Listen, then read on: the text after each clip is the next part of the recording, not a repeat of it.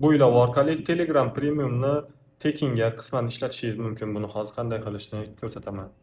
Buning uchun Telegramga kirib, mana shu Babelnet degan kanalimni topib olasizlar. Mana bu videoda chiqadi.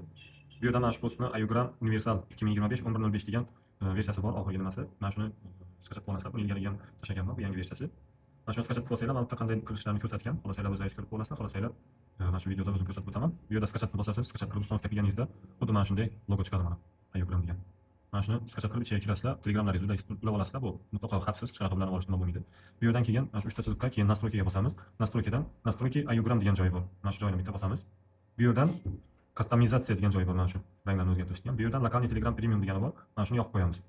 Bundan tashqari nimalari ham bor, funksiyalari ham bor. O'zingiz ko'rib chiqib o'rgansangiz bo'ladi. Bu hozir Premiumni yoqqanimizda mana bu yerda значок paydo bo'ldi. Buni o'zgartirsak bo'ladi xohlaganimizcha. Faqat nosi bor, bu faqat Telegram, mana shu Telegramni, ya'ni Ayugramni ishlatgan odamlargina ko'ra oladi. Ya'ni ko'radi. Boshqa Telegramdan, oddiy Telegramni o'zini yoki Telegram Plus ishlatganlar ko'ra olmaydi.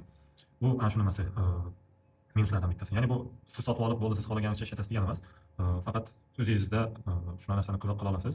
Masalan, har xil emojilarni, premium emojilarni qo'ya olasiz. Shunaqa narsalar bor.